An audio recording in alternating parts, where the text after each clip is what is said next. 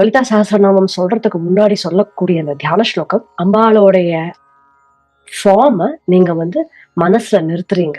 அம்பாள் எப்படி மனசுல நிறுத்துவேன்? அவளோட உருவம், அம்பாளோட உருவம் எப்படி இருக்கு?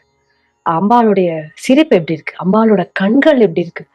அம்பாளுடைய அந்த ரூபம் அது எப்படி இருக்கு? இதெல்லாம் உங்க உங்க உள்ளத்துல உணரணும். அதற்காக தான் இந்த தியான ஸ்லோகமானது கொடுக்கப்பட்டிருக்கு.